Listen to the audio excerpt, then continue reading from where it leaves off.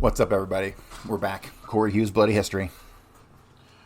So, we're going to continue on with this George de Mohrenschildt manuscript. It's almost done. I think I'll have it wrapped up tomorrow, so we might as well just barrel on through it. Let me see. If you have not yet signed up for a subscription to my World War II show, it's going rather well. It's on Substack, bloodyhistory.substack.com. Anything else? I'm trying to take up a collection to buy a new Mac. Just one of the new mini Macs for like $600. So if anybody wants to go to buymeacoffee.com/JFKbook and make a donation, I need to get started with my next slides, my next slide presentation. I think I have about 200 already done in my Mac software, and yet all I have is a busted iMac that doesn't work, and my laptop no longer holds a charge, and I can't use it for more than like 5 minutes. It's total dog shit. So I absolutely need to get one of those new mini Macs for like $600. So please make a donation so I can continue my fucking work. Because I can write on a PC, no problem, but I can't do any of my slideshow shit whatsoever, especially since I have some templates and format shit already done. So that's my begging for the day. But let's get started with today's show. We're going to continue with William Altmans and his clairvoyant. After our return from Haiti, we were literally assailed by a great number of journalists who wanted to interview us. The most interesting among them was William Altmans, United States representative of NOS Television, Dutch state television, with headquarters in New York. Altmans, a Dutchman, but educated in the United States, a Yale graduate, told me how he became interested in the president's murder in 1964, while we were still in Haiti. He flew to Dallas on March 9th, 1964, on an American Airlines from Kennedy Airport in New York to address the next day the Criterion Club in Wichita Falls, Texas. At the counter in New York, he ran into Marguerite Oswald. The two sat together during the following dinner flight, and it was during this journey that Altmans began to doubt the truth as to Lee Harvey Oswald being the killer of President Kennedy all by himself and miserably alone. It was Marguerite Oswald who told him that the chief of police in Dallas interrogated Lee for 48 hours without making a tape recording of the hearing and even keeping his notes. When the Warren Commission asked the Dallas police officials whether they did not think Oswald was important enough subject to borrow a tape recorder for the investigation of the murder of the President of the United States, the answer had been negative. Upon returning to the Netherlands, Altmans discussed his conversations with Marguerite Oswald with the famous clairvoyant Gerard Croiset in Utrecht, the Netherlands. It was Doubleday who had published in 1964 the biography of this amazing Dutchman who had been solving crimes and murders all over the world, including in the United States. It was Croiset who first described to Altmans in a tape-recorded interview, which is being kept at the Institute of Parapsychology at the University of Utrecht in the Netherlands, that I existed. Croiset told Altmans that Lee had a friend in Dallas in his 50s. He described some of my physical features, including my name held the letters SCH and the word DE. Altmans immediately consulted the chief of programs of National Dutch Television in Hilversum, Karel Enkelaar.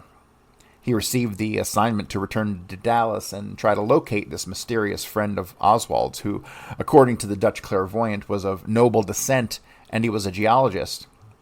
He, the mysterious X, was, according to Croiset, the architect of the ambush in which Kennedy had been killed. Oswald was only the fall guy.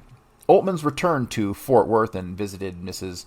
Marguerite Oswald. It was Lee's mother who, following Croiset's description, pointed to a volume of a complete set of the Warren Report and indicated our name and existence to the Dutch journalists. Altmans reported back to Hilversum that Croiset indicated had been correct.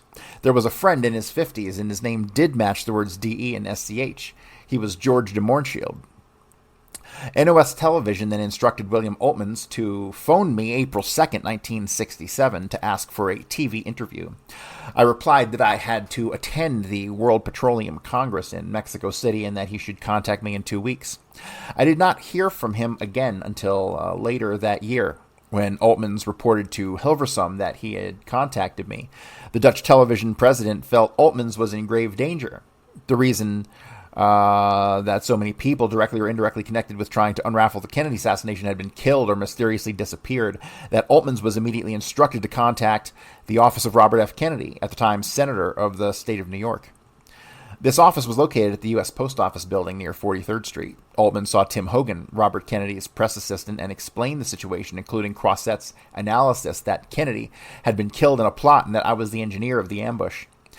Tim Hogan said the senator was making a speech in Albany that morning and was flying back at 1 p.m. in the Caroline.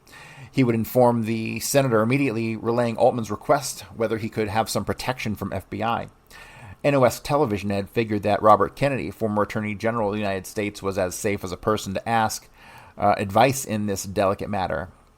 Tim Hogan called back around 2 p.m. in Altman's apartment in Kew Gardens, New York. He relayed to Altman's that RFK had personally picked up the phone and talked to J. Edgar Hoover in Washington, D.C. FBI agents were to contact him later that day. Indeed, already at 4 p.m., 2 agents called at Altman's apartment. They stayed 2 full hours, but Altman's only relayed to them that he was instructed to interview us in Dallas and that at the same time, NOS TV had told him to contact Robert Kennedy. When the agents left the Altman's apartment, they assured him that from the moment on, he would be 24 hours a day under surveillance of the FBI and there would be nothing to worry about.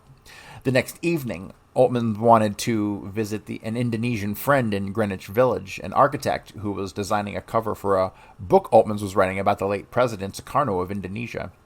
Driving southward on West Side Drive at around 8 p.m. in a Sunbeam Tiger with a V8 motor convertible sports model with aluminum racing wheels at a speed of about 60 miles an hour, Altman's was being overtaken by a cab with a passenger riding in the back seat. The cab cruised for a while next to Altman's car until the 53rd Street exit was reached. The cab then made a fast move in which Altman's was cut off in such a way that he crashed into the rails. His car was a total loss. His head was bleeding. He was brought to Kew Gardens Hospital, where he was examined, bandaged, and sent home. The insurance awarded him within 10 days a new car, which Altman's quickly shipped to the Netherlands. He himself left a few days afterwards. 2 months later, Altman's received in his bungalow in the country near Utrecht a telephone call from a certain Glenn Bryan Smith, attorney from Fort Lauderdale, Florida. Smith announced that he was conducting an investigation into the JFK murder for the author of Green Berets. He wanted to discuss with Altman's the Dallas affair and compare notes. Altman's agreed to a meeting in Hotel Terminus in Utrecht, but only in the presence of Carol Enkelar, NOS TV boss, so it happened. During the conversation, however, Glenn Bryan Smith slipped in some threats. He cautioned Altman's in the presence of Enkelar to stop investigating President Kennedy's assassination because you would not be the first person to die or disappear in this matter. What they do is they will kidnap you in a New York street, drive you to a private airport, and dump you over the Atlantic Ocean. You would not be the first person to die this way either. Altman said that he remained unperturbed. He waited a few months more, publishing an extensive report on his automobile accident in the leading weekly magazine, the Haag's Post, showing on the cover pictures of John F. Kennedy and myself. Altman's then returned to the United States in October of '67 and came to film us with a Dallas CBS TV crew on October 15th. It was a very pleasant meeting for us. From that moment on, this Dutch journalist who initially approached us because he had received indications that we might be involved indirectly through Oswald with the Kennedy assassination became a very personal friend. He has visited us every year since 1967. He will by now be convinced that we had nothing to do whatsoever with the JFK assassination. As a matter of fact, he told us that despite of Gerard Croiset's great gifts for solving crimes, at the same time, some 40% of his indications and prognosis are always false. Nevertheless, Altman's relayed to us as recently as summer of 1976 that this famous Dutch clairvoyant is still deadly convinced that I am the man who tricked Lee Harvey Oswald and who set up, financed by the Dallas oil lobby, the assassination of John F. Kennedy. I am supposed to have done it from Haiti, probably through some voodoo trick. I probably should have sued that Dutch clairvoyant, but I presume that he is probably broke and an international lawsuit would be very costly. Next section, why Lee and I agreed on FBI. Recently, it was established that FBI had concealed and destroyed a letter from Lee Harvey Oswald written to the Dallas office before the assassination. I do not think we have an exact text of this letter, but the newspaper report was extremely angry at the way the FBI kept annoying him and his wife, and therefore made his normal pursuit of life impossible. This explains naturally why in our conversations Lee had such a dim view of this great institution and its leader, J. Edgar Hoover. I had personal grudge against FBI, which I will explain in this chapter, and I had a personal distasteful impression when I saw J. Edgar Hoover one day in La Jolla, California.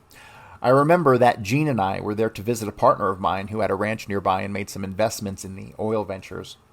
In the evening, having dinner at one of the best motels facing the sea, I recognized Mr. Hoover, sitting together with some of our oil magnates and behaving in such an obsequious manner, as if he were a servant of these very wealthy people.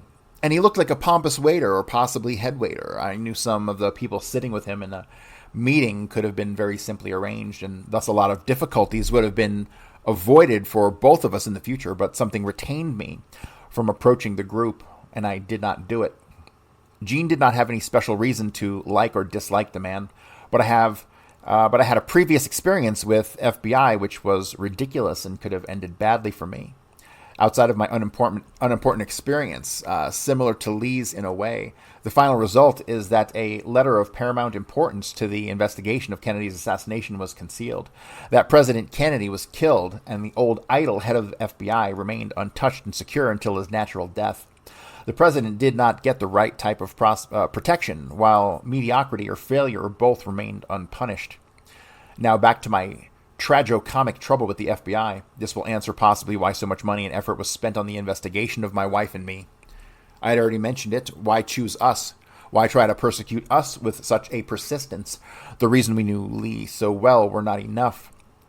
We both traveled a great deal. Jean as a famous fashion designer, and she was famous before I met her and ruined her career with my own adventurous deals and this walking trip.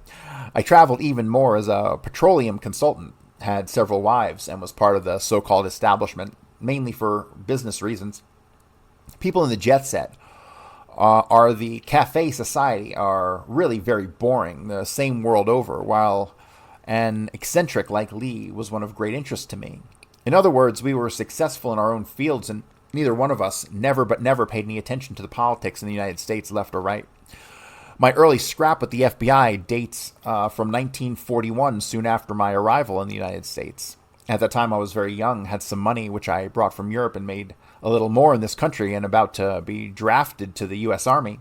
Frankly, I was not in very militaristic mood at the time, and as the Germans saved my father from the Russians, we are of so-called Baltic descent, which means a mixture of people of Scandinavia, German, French, and other lineages, descendants of the knights who had conquered Estonia, Latvia, Finland, and even parts of Russia. Now, many of the Balts were German-oriented, but I had relatives of this type. Personally, I was French-oriented. I also had spent 2 painful years in the Polish military academy, and later maneuvering on horseback around the Soviet border, a rather dangerous occupation. So I was about to be drafted into the United States Army and did not feel very enthusiastic at the prospect to start in the boot camp all over again. But instead, the doctors found that I had very high blood pressure and declared me unfit for service. I still suffer from this high blood pressure. So really, I owe my life to the good American doctors who had discovered it so early. Now I can keep it under control. At that time, I was not yet an American citizen, but a resident of New York and madly in love with a Mexican young widow whom we shall call Senora L. After meeting her in New York, I asked a Brazilian friend who knew Senora L well, I am madly in love with her. Shall I marry her? If you marry her, you will be unhappy. If you do not marry her, you will be unhappy also. Answered my friend smilingly. Of course, he was absolutely right, but still, we were madly in love with each other, and so she invited me to drive with her across the United States to her own country, Mexico, which she would explore with me. She had been brought up in Europe and lived there most of her life, hence her lack of knowledge of her own country. Incidentally, she spoke very little English and I little Spanish, so we communicated in French, which probably made us most suspicious to the FBI. Maybe someone denounced us. We both had enemies. Anyway, our delightful trip in a new convertible Chrysler along the eastern shore, then along the Guild of Mexico, was rudely interrupted. This happened near Corpus Christi, Texas, where we had rented an apartment in the Nice's Hotel, and Mr. and Mrs. X, I forgot the fictitious name we used, we left the hotel early to go to the beach at Aransas Pass and spent a delightful day there. I like to paint watercolor landscapes with beautiful female bodies in the foreground, and I made several sketches. Drying back from the beach, we were stopped on a deserted road by a bunch of people who we thought were plain American gangsters. We had little money with us. The car was insured, so we stopped without too much fright. The characters identified themselves. They were FBI agents who had taken us for German spies observing the United States fortifications. When I was telling the story to Lee, he could not stop laughing. This is so typical of the FBI. Taking you at that time, you were a reserve officer in an Allied army, driving along the East Coast with a beautiful Mexican woman talking French to her and painting. He guffawed, "You were a typical German spy." But my friends don't laugh at the FBI's ingenuity. Soon after having verified our papers and listened to angry Spanish shrieks of Senora L, they had followed us to the hotel and inspected our luggage. The agents realized they had made a foolish mistake. I even understood that one or two of them followed us all the way from New York, another expense to the American taxpayer. But he is always the victim, so the mistake was a very costly one, and so I was accused of an infraction to the old man's account, or to the old man's act. Mann Act prohibits, still does, crossing the border from one state to another with a woman who was not your wife for the purposes of committing a licentious act. Of that, we were certainly guilty. We had crossed dozens of borders on the way to Mexico and committed dozens, maybe hundreds of licentious acts. However, we were not put in jail, just had to sign some papers that we were not married and proceeded all the way to the Mexican border. We felt as if some dirty put his filthy hands in our very personal affairs. Senora L made a strong complaint to the Mexican ambassador in Washington and received much later apologies from the FBI agents. As far as I'm concerned, 5 years later, when I was applying for United States citizenship in Denver, an FBI agent came to the hearing and reopened the case, accusing me of immorality and of a flagrant infraction of the Mann Act. I would still like to find out someday what kind of puritanical, hypocritical SOB this man was. I already paused my citizenship examinations without a single mistake and was holding an important position with a group of oil companies. So I did get a defense. My lawyer threatened the FBI agent of a personal damage suit in the amount of $1 million for damage done to my reputation, so the Mann Act was quickly forgotten. The judge laughed at the FBI story, and I was made American citizen. Maybe not first class, because naturalized, but a citizen still.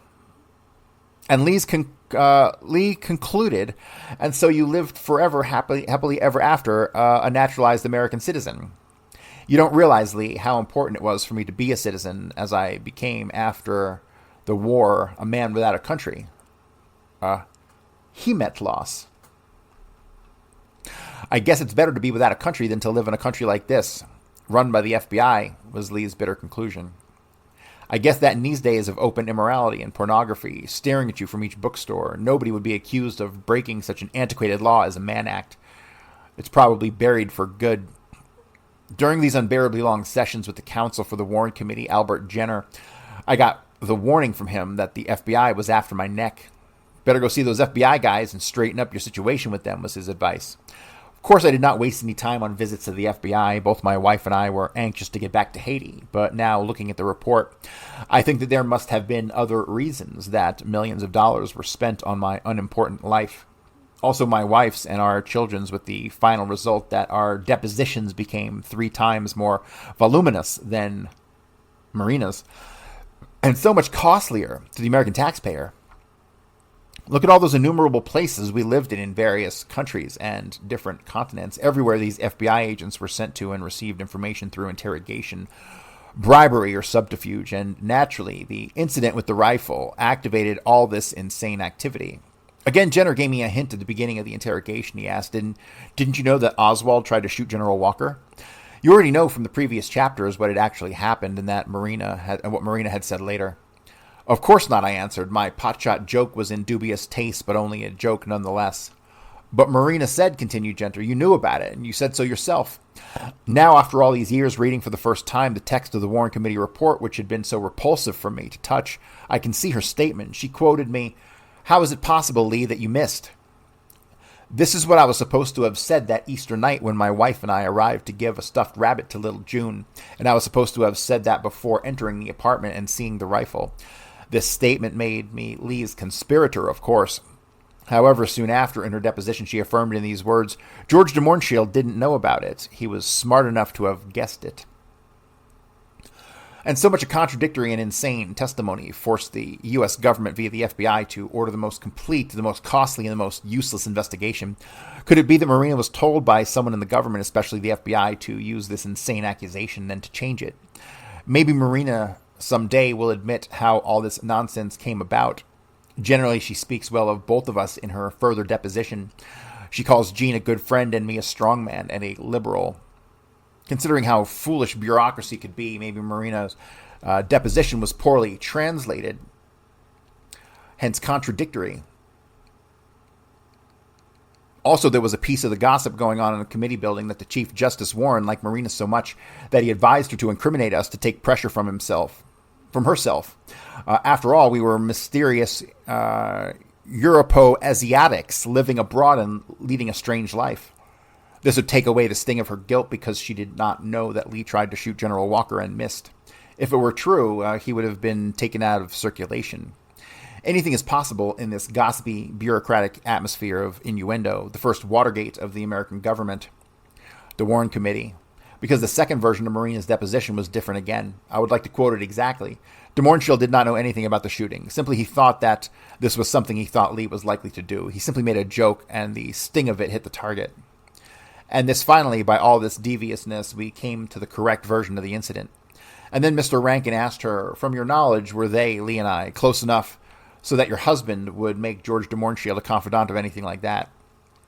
No matter how close he might have been to anyone, answered Marina, he would not have confided such a thing. And thus again, we came to a reasonably true answer. It's hard to say whether Lee would have confided in me. This is pure speculation, and I tend to agree with Marina. Had he done so, I would have certainly persuaded him not to follow such a foolish enterprise.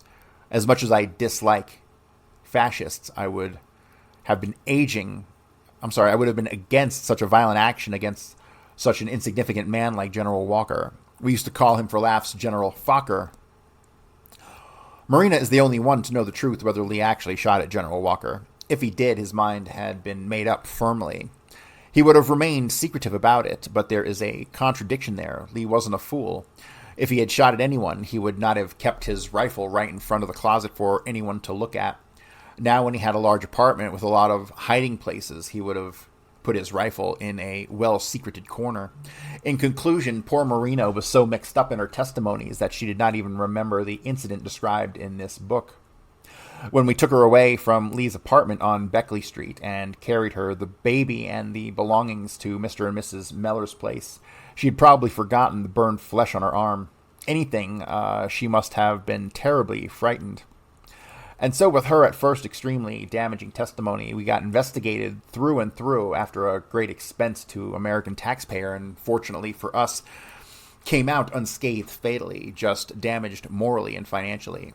A few more words about this lovely institution, the FBI, which might have played a good part during the gangster days in Prohibition. FBI should change and be more controlled by the Congress. This institution should adopt more modern and sophisticated ways of Surete General or of Scotland Yard to become more sophisticated, more secretive, and less naively vicious. Frankly, I even preferred the straightforward methods of the Haitian police, the famous Tonton Macoutes, these boogeymen with dark glasses. They had effectively protected the lives of President Papa Doc Duvalier and his family, and still do protect the life of his son Baby Doc. And FBI could not protect the lives of the President John F. Kennedy, of his brother Robert, nor, the most important, the life of Dr. Martin Luther King. FBI did so much damage to us because while still in Haiti, I often expressed an opinion that Lee was a patsy, and that he was not interested in preparing an assassination of the man he liked and respected. And I was also an open critic of our government agencies because J. Walton Moore, whom I had had contact regarding Lee, told me that he was a harmless lunatic, and as a result of this frank criticism, FBI tried to crucify us in Haiti, to damage our contract there with the connivance of the American embassy. In the final result, I lost a lot of business contacts because of the FBI. I had pried too much into my private life and exposed it in the wrong light. Next chapter. I am a Patsy. We are alive and enjoying life in a very different way. We moved away from the business world to the academic world, and it's more rewarding. For this, I have to thank Lee Harvey Oswald and the FBI. Fortunately, also, we did not lose our real friends. How were we sent to a concentration camp like the Japanese in World War II, or the Navajos in the 19th century in Arizona, and we did not complain. Life is interesting and exciting for us. Often we wish Lee were here with us to share some of the good changes we are having in this country and in the world. He was too young when he died. But more often we think of the shady aspects of this gruesome investigation, of the harm done to this country, and especially to the damage to the memory of Lee, my dead friend. Jones, the editor of the Midlothian, Texas newspaper, and a simple, honest man, told me upon my return to the United States I shall never forget Lee Harvey Oswald's face, beaten brutally to a pulp of his terrified expression when he was being led by a beefy policeman the day of President Kennedy's assassination, and this young man kept shouting, "I'm a Patsy, I'm a Patsy," and continued. This elderly newspaper man, I swear to God I knew that he was telling the truth. I had a premonition the day of Kennedy's assassination, 3,000 miles away in Haiti, that Lee was involved in some way, that he was in deep trouble. It's strange how these things work.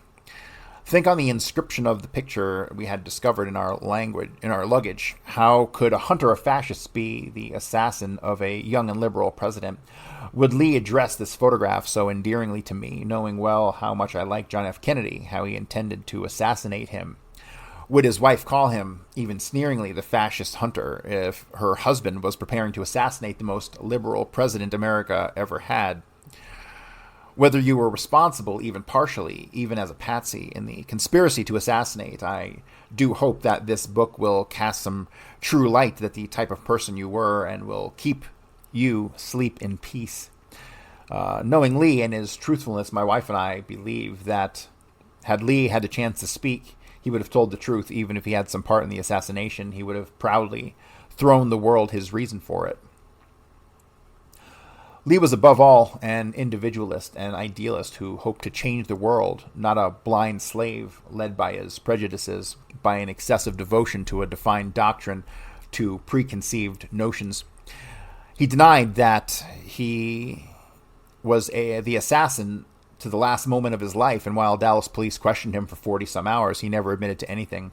For some reason, the police chief never released to the Warren Committee any notes of his interrogation, and he denied that the interrogation had been tape recorded. Dallas police supposedly had not a single tape recorder at the time. As primitive as the Dallas police had been, such negligence is hardly credible. Chief Justice Warren, while interrogating the chief of police who had said, "We never got around to buy a tape recorder," asked acidly, "Wasn't it worth it while to borrow a tape recorder while the assassin of the president of the United States was being investigated?" The city of Dallas was certainly rich enough at the time to have acquired a tape recorder, and so the tape of Lee's interrogation either did not exist or had mysteriously disappeared. In my opinion, Lee would have told the truth during this lengthy interrogation, during which he must have been beaten and maybe tortured. He would have cracked down, but his last words were, "I'm a patsy," and so he was. What I've been trying to concentrate on was Lee's personality, and on what I had remembered, taped and noted, of his opinions, his jokes, and his remarks of our conversations. Naturally, I could not avoid to relate what our relations with Lee and Marina, and especially my friendship with Lee, had on our lives. I hope that this book will correct the generally low opinion people in this country have had on Lee. Maybe this new focus on him will have some influence on the ultimate judgment on the assassination of President Kennedy. Lee Harvey Oswald might have been sometimes violent. Like almost anyone amongst us, he might kill a person he hated. He might have been violent to a racist or to a pseudo-racist, to someone who might want to hurt him and his family, but to assassinate the president he rather admired just for the glory of it is entirely foreign to his personality. Lee cared for freedom in this country, and he cared for the improvement of the world tension at the time. And this type of person was being moved from one place to another by the Dallas police. The movements were announced, the crowds were there, and thus he was shot and killed. Some other aspects of Lee's personality must emerge from this book.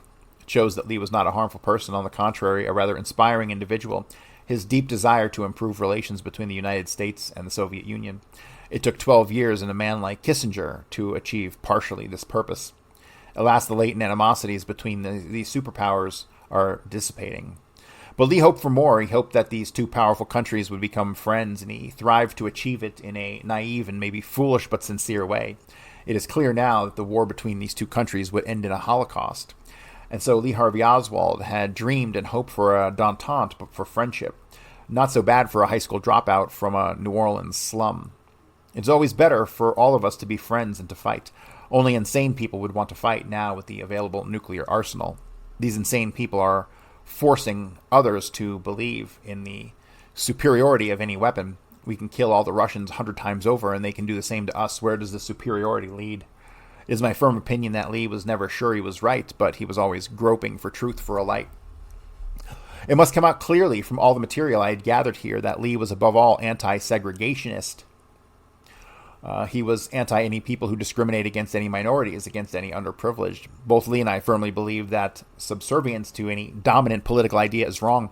People should try to discover an ideology which fits them, even though it might be unpopular, and follow it. If not, we would become the same dummies Russians were during Stalin's time. Their servility backfired and they became victims of it. They did not try to find who was right and who was wrong, Lee told me during one of our conversations, which often dealt with the Stalinist times in Russia. He had learned a lot in Minsk. Free people, he had said, should not remain mere pawns in the world game of chess played by the rulers. Some time ago, I saw a program sponsored by some safety razor firm, which featured Lee talking in New Orleans on the radio. This was regarding his pro-Cuban activity. The program was taped and Lee's photos were inserted. Lee spoke rather intelligently, but the inserted photos made him look ugly and threatening. It was a nasty way to portray a dead man. Technically, the program was awful, had no such sense anyway, but its purpose was to brainwash the American people into believing more firmly that Lee was the sole and only assassin. And we will never know the whole truth until someone will come forward, confess, and will accept the guilt. Let's recall some of my conversations with Lee regarding Fidel Castro. Lee was rather admirer of Fidel Castro, especially of Che Guevara, a romantic swashbuckling personage. In his mind, Fidel was a sincere man who aimed to be the best for his country, to eradicate racial prejudice and to bring a social equality to his people. I do not think he knew very much about Cuba, and his information came through his contacts with Cuban students and technicians he had met in Minsk. Lee, like Fidel as representative of a small country and underdog facing fearlessly a huge and powerful country like the United States, she appealed to him as a handsome, brilliant doctor who had traveled around Latin America discovering basic injustices and who eventually tried to correct them.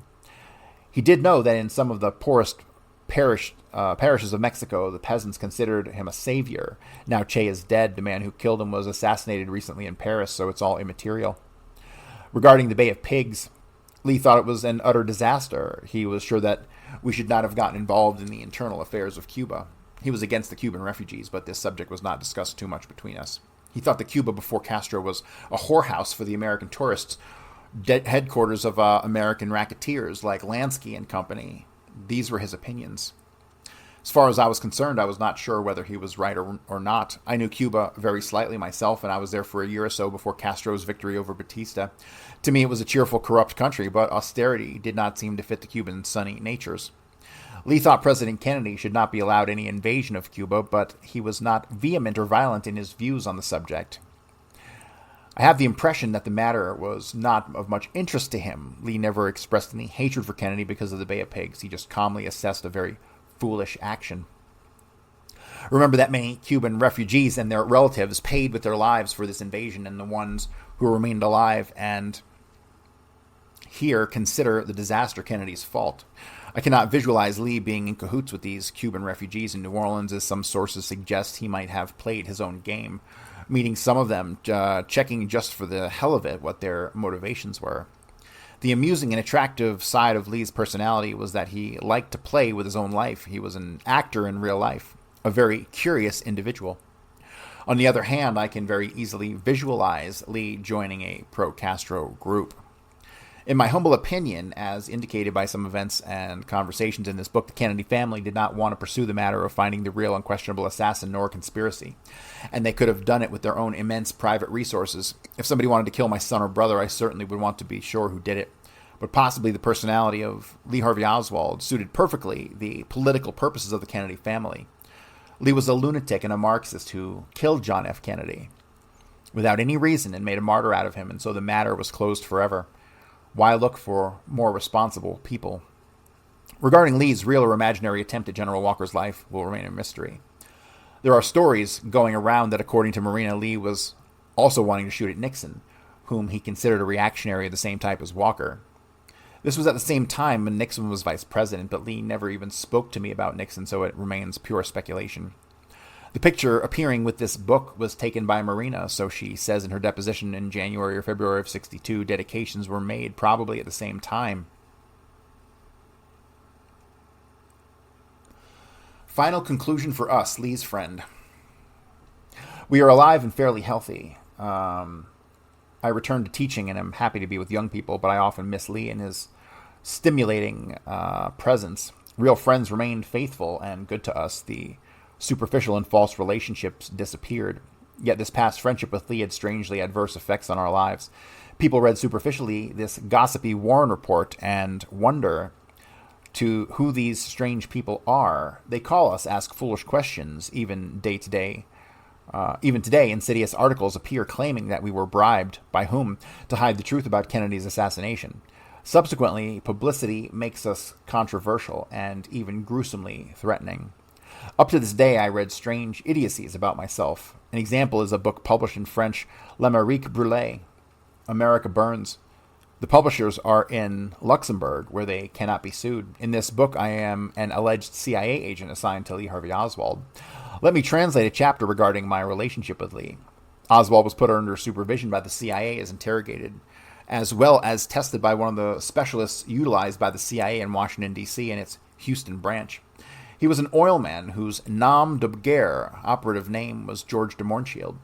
I certainly should have chosen an easier nom de guerre.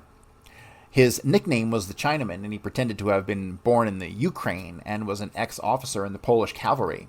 He was recruited during the war by OSS and was inscribed in 1944 at the University of Texas, where he obtained a degree in geological engineering, particularly in petroleum geology. The CIA had utilized him in Iran, in Indonesia, in Egypt, Panama, Nicaragua, San Salvador, Honduras, Ghana, Togoland, and finally in Haiti, where he worked in principle with Sinclair Oil Company. De Mohrenschildt was closely connected with or mixed up with oil circles and was a member of the Dallas Petroleum Club, Abilene Country Club, Dallas Society of Petroleum Geologists. He had very close relationships with managers of Kerr-McGee Oil Company, Continental Oil, Coswell Oil, Texas Eastern Corporation, as well as John Meekum of Houston. He was a distinguished and cultured man who was part of the establishment and member of the Social Register. His white Russian wife, born in China, often operated with him. Another of his covers was ICA, Washington, D.C. And so here I standing for judgment. I have never been to some of these countries mentioned here, for example, Egypt and Indonesia, and I lived and worked in many other countries the article did not mention. In either case, I either worked for myself or some oil companies, but I never worked for the CIA. I do not think the CIA will hire me in the future. As for the ICA mentioned above, this was the name of the division of the State Department's shortening International Cooperation Administration, which dealt with economic help abroad. Give me a fucking break, George de Mohrenschildt. God damn. Okay. The International Cooperation Administration, which dealt with economic help abroad, a division of the State Department, not CIA. Go fuck yourself. I was hired as a petroleum technician, and a capacity worked for a year in Yugoslavia. I cannot say that I never was a CIA agent. I cannot prove it. I cannot prove either that I ever was. Nobody can. Only recent disclosures have been made giving names of CIA agents who were at the time our State Department employees and worked in our embassies and consuls in various capacities. Before this, the fact of belonging to the CIA was a well-kept secret. And so almost everything I had done in my life became distorted and suspicious, and unscrupulous reporters and gossip mongers. The latest infraction into my privacy came from the people who want to write about Lee Harvey Oswald. They rehashed the Warren Committee information just a few months ago in the San Francisco Chronicle and the Chicago Tribune, suggesting snidely that I had gone to the Bahamas after the assassination to be paid off there by someone to keep some secrets regarding Lee Harvey Oswald. And what can you do about it? Suing is not my style, and I have no time for it, and so I write to these writers and receive letters of apologies. Another painful annoyance to us to think that some of our good friends in the foreign countries where I had worked read this trash and may have believed it, that I was some kind of agent and that they had been befriended a double-faced individual. The same suspicion applies to my wife and her friends abroad. Let us hope that this book, poorly written and disjointed but sincere, will help to clear up our relationships with our dear, dead friend Lee. All right. And that appears to be that. That is the final page, ladies and gentlemen. So we've made it through the I Am a Patsy manuscript by George de Mohrenschildt. And I think that it's pretty clear that he's full of shit in a lot of ways. I think this was more an attempt to clear his own name than to clear Lee's. Most certainly. But, all right. So that's it for today, ladies and gentlemen. If you'd like to make a donation through Buy Me a Coffee so I can buy a new Mac, that'd be appreciated. If not, maybe buy a book or subscribe to my World War II Substack, which is blowing up. It's actually doing really well. So I appreciate you guys for tuning in, and I will be back tomorrow.